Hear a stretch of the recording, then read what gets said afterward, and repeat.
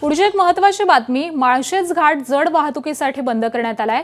खुबी वेळखंड जवळ रस्ता खचल्यामुळे कल्याण अहिल्यानगर महामार्गावरची वाहतूक अवजड वाहनांसाठी बंद करण्यात आली आहे। एसटी बस, ट्रक, टेम्पो या जड वाहनांना या मार्गावरती जाण्यास मनाई करण्यात आलेली आहे आणि त्यामुळे अहिल्यानगरवरून कल्याणला येणारी वाहनं पनवेल मार्गे कल्याणला वळवण्यात आली आहेत। कल्याणवरून अहिल्यानगरला जाणारी वाहतूक पनवेल मार्गे वळवण्यात आलेली आहे।